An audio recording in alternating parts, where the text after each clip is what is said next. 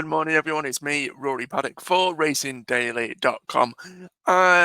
We are currently at 8:09 a.m. It is Wednesday, the 2nd of April. It's not long now until the Grand National fences will be jumped at Aintree over the next 3 days on Thursday, Friday, and the big one on Saturday. But before then, hopefully we can bash the bookies and earn a few pennies just in time for Liverpool's showpiece. Yesterday it was a really frustrating day. Lots of horses went close. We did have a winner, but the other horses, we had a few seconds, a few thirds, knocking on the door, there or thereabouts, but unfortunately couldn't do the business. Hopefully today's a bit different, and we end up with a bit of more in terms of profit. Now, today is certainly going to be a bit of a different approach than I took yesterday. What I mean by that, there's a lot of horses here at much bigger prices, a lot more of an each way. It's sort of like number of selections. We're going to go to Ludlow, quite a lot of selections over in Ireland on the flat at Gowran Park, and also one at Musselburgh, and it's the second flat turf meeting of the season in the UK. We've got today's Musselburgh card. So without further ado, let's get stuck into it with my first I think it's going to be 8 selections. So here we go with today's On the Nod.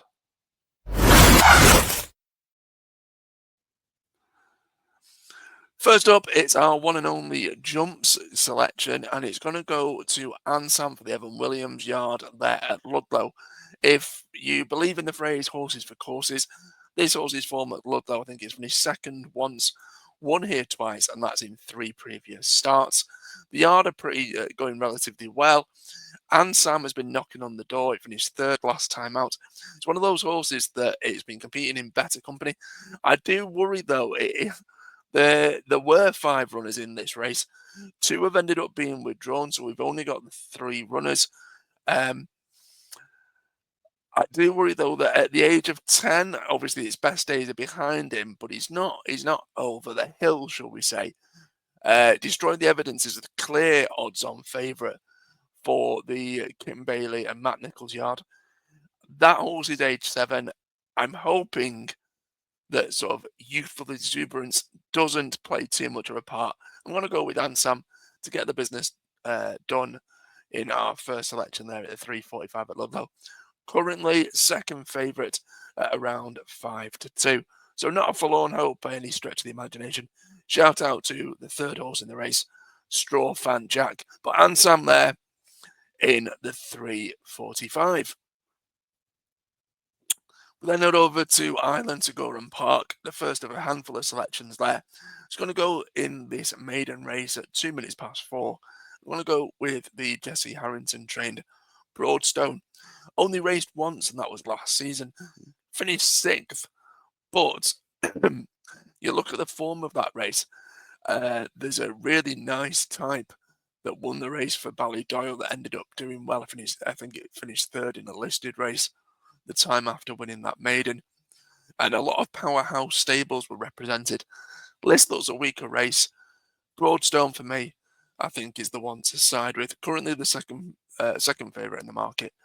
The only thing is, obviously there's that sort of question mark in terms of whether or not it's going to be fit after such a layoff. Obviously, only one run as a 2-year-old, now making their 3-year-old campaign and start to that.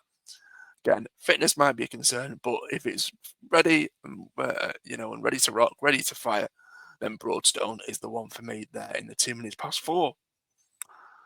Sticking with Gowran Park, and my biggest price selection of the day is Choo Choo in the 4:35, currently priced at around 66-1.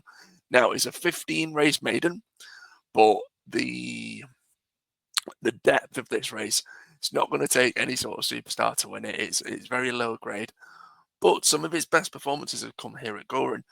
Gowran Park is a relatively unique track in and of itself, and a horse that acts well here, it accounts for a lot more than perhaps at other courses.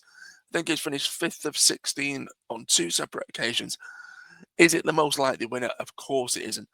But if you find a bookmaker that perhaps play the first 4 or 5, then I think it could, I'd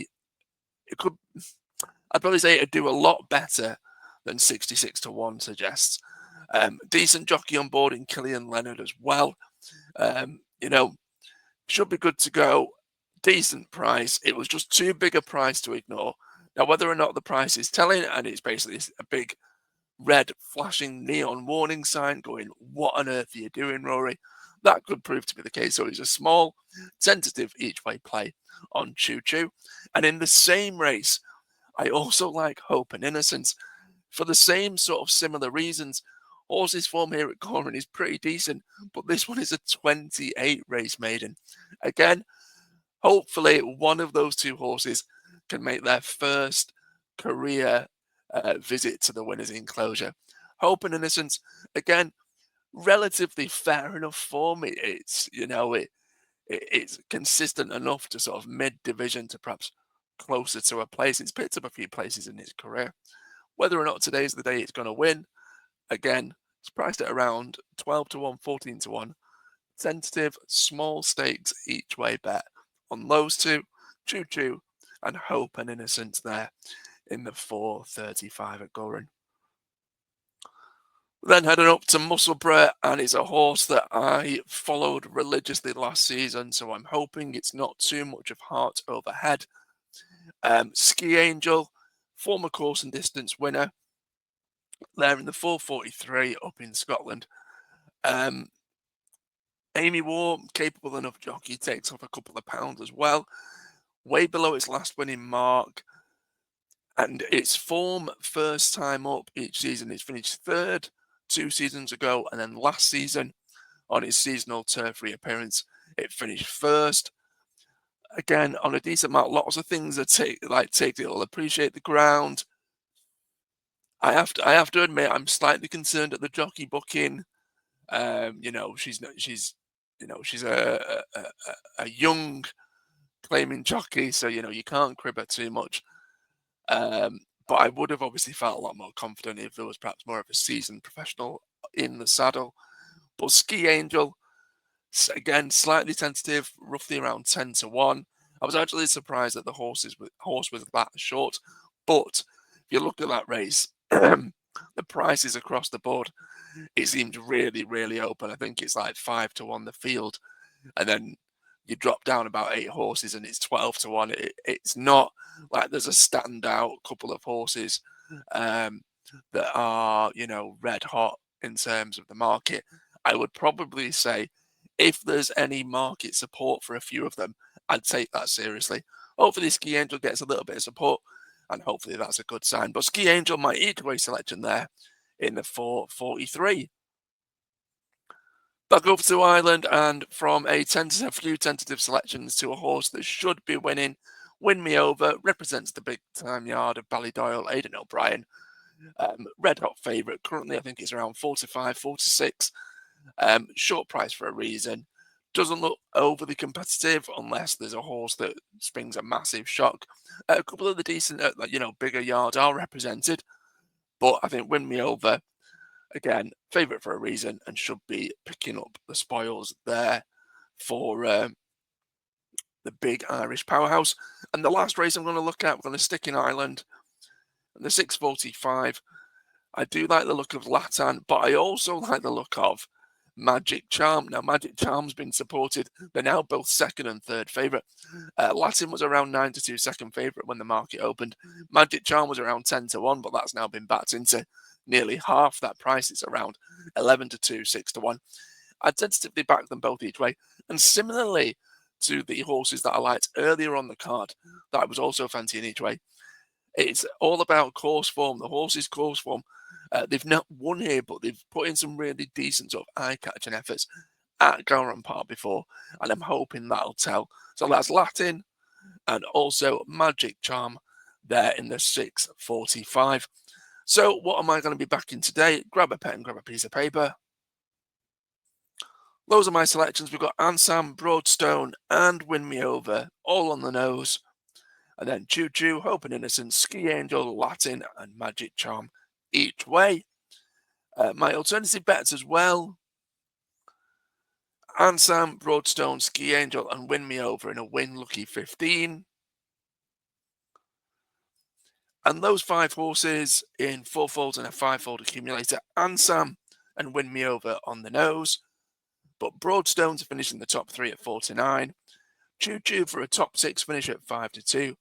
And Ski Angel for a top 5 finish at even money. The fivefold actually pays around 47, 48 to 1 with those prices, as you can see, as they are live, just gone around, coming up to 20 past 8 this morning. So those are my selections. Hopefully, we end up picking a few winners and grab a bit of profit just in time for entry tomorrow. I've been Rory Paddock for racing-daily.com. As always, any likes, comments, and shares are very much appreciated. Fingers crossed, touch wood, and as always, good luck if you follow.